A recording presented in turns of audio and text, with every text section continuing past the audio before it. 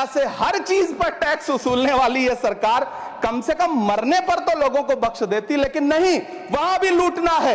अंतिम संस्कार के सामान, अगरबत्ती, धूप बत्ती, केवड़ा जल, चंदन पाउडर, जौ, बताशा, काला तिल, पंचरत्न, कपूर और कफन तक पर टैक्स लेने वाली यह सरकार किस मुंह से खुद को मध्यम वर्ग का हितैषी बताती है? दूसरी तरफ हमारे प्रधानमंत्री जी खड़े हैं जो बेड़ी और हथकड़ी लगा करके लाए गए बेटों के अपमान पर एक शब्द नहीं बोल रहे। ये अमीरों के लिए बनाया गया बजट है, ये निराशाजनक बजट है। हम अमृतकाल सुनते आ रहे थे, ये अमृतकाल इतनी जल्दी समाप्त हो गया। प्राण प्रतापगढ़ी जी 15 मिनट। धन्यवाद सभापति महोदय। कभी सुदामा पांडे धूमिल जी ने कहा था कि एक आदमी रोटी बेलता है, एक आदमी रोटी खाता है, एक तीसरा आदमी भी है जो न रोटी बेलता है न रोटी खाता है, वो सिर्फ रोटी से खेलता है। वो तीसरा आदमी कौन है? मेरे देश की संसद मौन है। सभापति महोदय, वो भी क्या दिन थे जब संसद में देश का बजट पेश होता था तो देश की सड़कें ठहर जाया करती थीं। रेल बजट पेश होता था तो लोगों की उम्मीदें रेल के डिब्बों की तरह पटरियों पर दौड़ने लगती थीं। पूरा देश धड़कने रोक करके वित्त मंत्री और रेल मंत्री को सुना करता था। अफसोस, अब बजट पेश हो जाता है, मीडिया चैनल सरकार का महिमा मंडन करते हैं और बेचारी जनता बजट के आंकड़ों के शब्द जाल में उलझी हुई महीनों बाद समझ पाती है कि उसका तो फिर से कट गया। सभापति महोदय, पिछले 2 साल अमृतकालीन बजट पेश किए गए और इस बार एक नई शब्दावली गढ़ी गई है, तुष्टीकरण बनाम संतुष्टीकरण का बजट। सभापति महोदय, सुनने में कितना अलंकारिक लगता है ये शब्द। सोच रहा हूं देश की वित्त मंत्री और प्रधानमंत्री जी से पूछूं कि आखिर किसकी संतुष्टि? जिस बजट में मनरेगा के लिए 1 रुपए की बढ़ोतरी ना हो, वही पुराना 86,000 करोड़, जबकि पहले ही 9,754 करोड़ का घाटा हो, जिस मनरेगा से करोड़ों मजदूरों के घर में चूल्हा जलता हो, उस मनरेगा में काम करने वाले गरीब मजदूरों के लिए अगर आपके खजाने से 1 रुपया भी इजाफी नहीं निकल सका तो भला कौन संतुष्ट हुआ साहब? इस देश का गरीब मजदूर या आपके उद्योगपति दोस्त? वो जो महाराष्ट्र में लोकसभा और विधानसभा के बीच में 40 लाख मतदाता बढ़ाए गए थे, अरे उन्हीं के लिए मनरेगा का थोड़ा सा बजट बढ़ा देते। क्या उसमें मनरेगा का एक भी मजदूर नहीं था 40 लाख लोगों में? सारे के सारे 12 लाख की छूट वाले से आगे के लोग थे। सभापति महोदय, कल जब वित्त मंत्री जी देश की संसद में भाषण दे रही थी तो वहां मुंबई में कोई गरीब इंसान जब अपनी जेब टटोल करके अपनी मोटरसाइकिल में 1 लीटर पेट्रोल भरवा रहा था तो उस पेट्रोल की कीमत थी 103 रुपया प्रति लीटर। आखिर इतना महंगा पेट्रोल डीजल खरीद के कौन संतुष्ट हो रहा है? इस देश के गरीब लोग या फिर सरकार के चहेते धन्ना सेठ? सभापति महोदय, वित्त मंत्री जी इस बजट को मध्यम वर्ग को संतुष्ट करने वाला बजट बता रही हैं। अरे मैडम, हम आप यहां पर बैठे रहते हैं और वहां बाहर इसी दिल्ली में 1 लीटर दूध, चाहे वो अमूल का हो या फिर मदर डेयरी का हो, उसकी कीमत 73 रुपए लीटर है। इतना महंगा बेच करके कौन संतुष्ट हो रहा है? गरीब जनता या आपके धन्ना सेठ दोस्त? सभापति महोदय, इस सरकार का बाजार और महंगाई पर कोई नियंत्रण नहीं रह गया है। चाहे देश में लहसुन 400 रुपए किलो बिक जाए, टमाटर 100 रुपए किलो बिक जाए, प्याज का दाम सुनकर आंखों में आंसू आ जाए, लेकिन वित्त मंत्री महोदया बजट में महंगाई का मां भी नहीं बोलती हैं।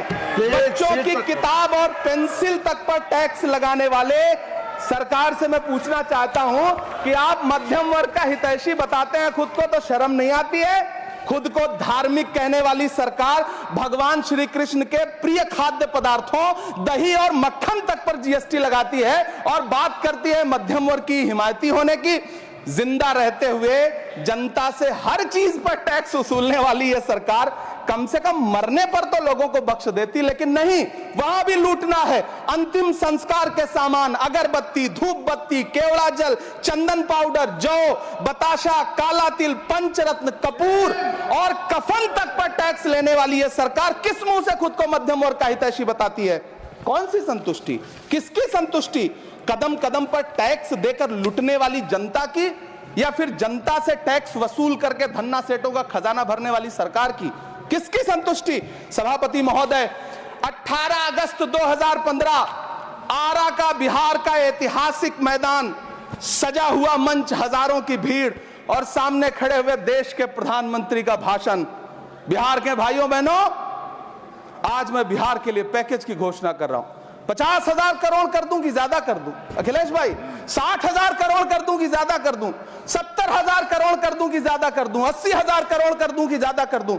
चलो, मैं बिहार को 1.25 लाख करोड़ का पैकेज दे रहा हूं। 10 साल हो गए सभापति महोदय, वही ढाक के 3 पात। बिहार आज भी विकास की बाट जोह रहा है। भाषण आज भी प्रधानमंत्री जी के यूट्यूब चैनल पर सुना जा सकता है। जो झूठ बोल के करता है मुतमईन सबको, वो झूठ बोल के खुद मुतमईन नहीं होता।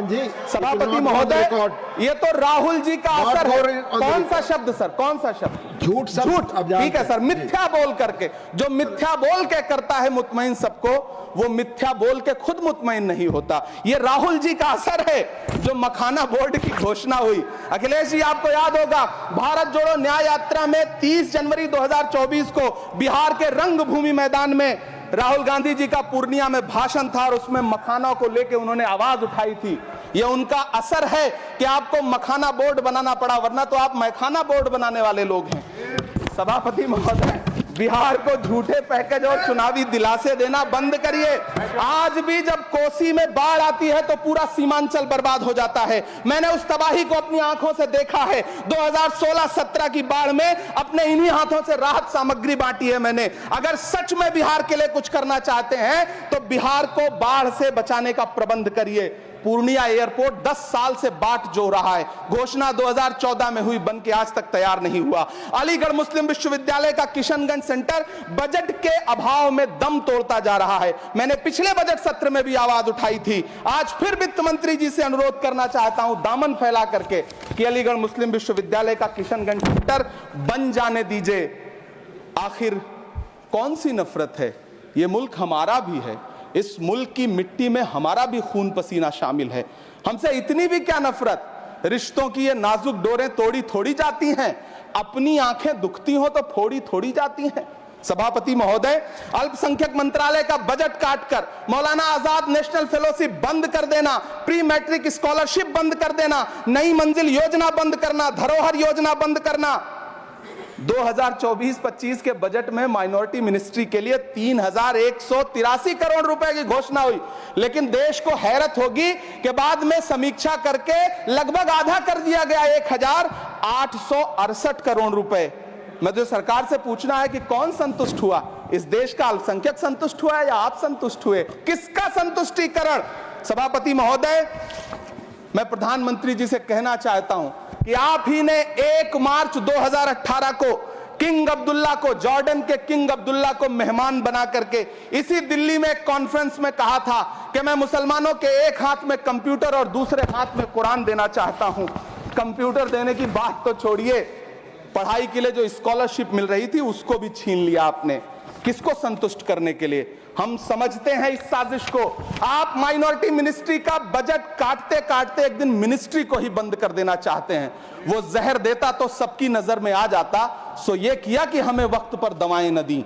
सभापति महोदय, मैं तो वित्त मंत्री जी से पूछना चाहता हूं आपके माध्यम से कि शायद आपको पता ही नहीं है कि गृहस्थी चलाने वाली एक गृहिणी की मुश्किलें क्या क्या होती हैं। आपने कभी सोचा भी नहीं होगा कि जब वो किचन में सब्जी बनाने के लिए कढ़ाई में तेल डालती है तो उसके साथ उसके आंसू भी गिरते हैं। सभापति महोदय, शायद उन्हें पता भी ना हो कि एक छोटी सी गाड़ी और एक छोटे से फ्लैट का EMI भरने के बाद इस देश का एक गरीब इंसान जब अपने बच्चों की फीस भरने के बारे में सोचता है तो उसे कितनी खुशियों का गला घोंटना पड़ता है। शायद उनको पता भी नहीं है कि फसल बेच करके बिटिया की शादी का सपना सजाने वाला किसान जब अपनी फसल बर्बाद देखता है तो कितनी रातें सो भी नहीं पाता है। सभापति महोदय, शायद वो कभी इस पीड़ा को समझ ही नहीं पाएंगी कि परिवार के किसी एक सदस्य को कैंसर जैसी बीमारी हो जाए तो घर और जमीनें गिरवी रख उठती हैं लेकिन इलाज नहीं हो पाता। सभापति महोदय, इसी देश की संसद में कभी स्वर्गीय सुषमा स्वराज जी ने कहा था कि जब जब देश की करेंसी गिरती है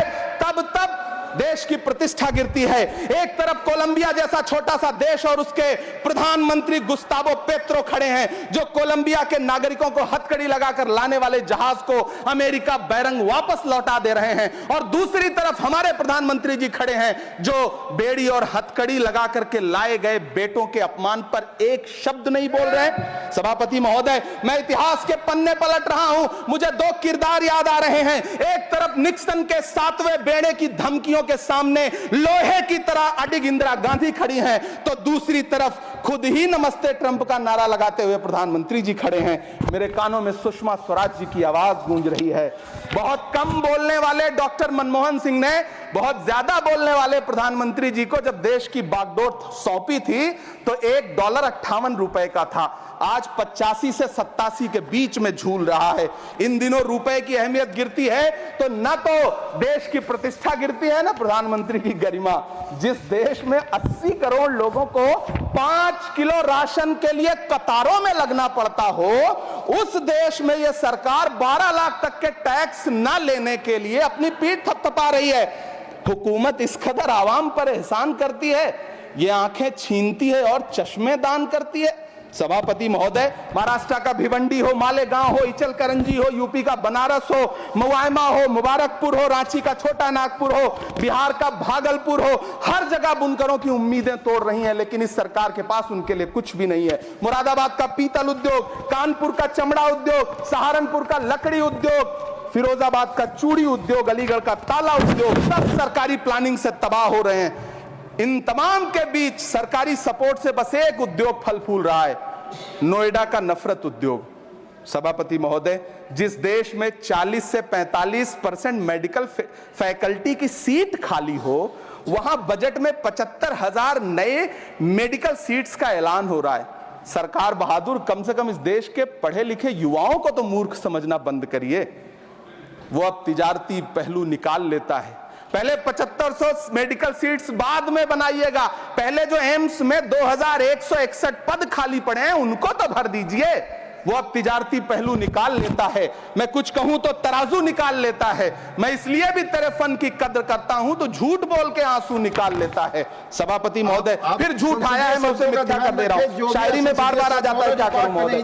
काश ये बजट, सभापति महोदय, वो एक शब्द मैं मिथ्या कर दे रहा हूं सर, वो एक शब्द को हटा दीजिए। ध्यान रखें, ऐसे जो भी शब्द होंगे आपके वहां। सभापति महोदय, काश ये बजट बीपीएससी के पेपर लीक की शिकायत करने वाले नौजवानों पर बरसती हुई पुलिस के लाठियों पे, जख्मों पर मरहम लगा पाता। सभापति महोदय, पिछले 80 दिन से 70 साल का एक बुजुर्ग एमएसपी की लीगल गारंटी मांगता हुआ आमरण अनशन पे बैठा हुआ है। काश ये बजट किसान नेता जगजीत डल्लेवाल की टूटती हुई सांसों की पीड़ा सुन पाता। काश ये बजट प्रतियोगी परीक्षाओं की तैयारी के लिए दिल्ली, कोटा, पटना, अहमदाबाद जैसे शहरों में, इलाहाबाद जैसे शहरों में किताबों के साथ गल रहे युवाओं के सपनों को जिंदगी दे पाता। काश ये बजट वंदे भारत के सुनहरे विजुअल के बजाय देश की गरीब जनता को कुछ और पैसेंजर ट्रेनें दे पाता। काश ये बजट सीनियर सिटीजन को ट्रेन टिकटों में मिलने वाली रियायतें वापस लौटा पाता, जिनको सरकार ने कोविड के नाम पे छीन लिया था। काश ये बजट किसानों की राह में कीले नहीं बल्कि कालीन बिछाने वाला बन पाता। काश ये बजट सरकारी मालिकों को यह समझा पाता कि नेहरू को कोसने से अर्थव्यवस्था नहीं सुधरेगी, उसके लिए डॉक्टर मनमोहन सिंह साहब की अर्थ नीति अपनानी पड़ेगी। पिछले 11 साल से नेहरू जी को कोस रहे हैं, आखिर कब तक कोसिएगा? थोड़ा पंडित नेहरू जी के बारे में पढ़िए, तब पता चले कि पंडित नेहरू की शख्सियत का नाम है। दुनिया का पहला ऐसा राजनेता जिसने अपनी जिंदगी की आजादी के लिए, देश की आजादी के लिए 3259 दिन अंग्रेजों की जेल में बिताए। पंडित नेहरू एक ऐसे महान शख्स जिनके पिता पंडित मोतीलाल नेहरू, जिनकी बहन विजय लक्ष्मी पंडित, जिनके बहनोई पंडित रंजीत सीताराम, जिनकी बेटी इंदिरा गांधी, जिनके दामाद फिरोज गांधी, सब ने अंग्रेजों से लड़ते हुए स्वतंत्रता आंदोलन में जेल काटी। काटी। आप किस मुंह से उनकी लकीर छोटी करने की बात करते हैं? नहीं कर पाइएगा, 7 जन्मों में नहीं कर पाइएगा, क्योंकि जिस्म की मौत कोई मौत नहीं होती है। जिस्म मिट जाने से इंसान नहीं मर जाते, धड़कने रुकने से अरमान नहीं मर जाते, सांसें थम जाने से ऐलान नहीं मर जाते। जिस्म की मौत कोई मौत नहीं होती है। सभापति महोदय, मैं आपके सामने खड़ा होकर के एक बहुत छोटी सी कहानी सुनाना चाहता हूं कि महान बादशाह सिकंदर ने जब यूनान फतेह किया तो जीत का जश्न मनाने के लिए शहर की सड़कों पर निकला। तो उसने देखा कि पूरा शहर तो जश्न मना रहा है, एक फकीर सड़क के किनारे चादर तान के सो रहा है। सिकंदर को गुस्सा आया, घोड़े से उतरा, उस फकीर के पास गया और उसे सोता देख करके उसे जोर की एक लात मारी और लात मार के कहा कि क्यों रे फकीर, मैंने यूनान फतेह कर लिया, लोग जश्न मना रहे हैं और तू सो रहा है। उस फकीर ने उन्नीदी आंखों से सिकंदर को देखा और देख करके कहा कि शहर जीतना बादशाहों का काम है, लेकिन लात मारना तो गधे का काम है। सभापति महोदय, गरीब जनता को लात मारना बंद करिए।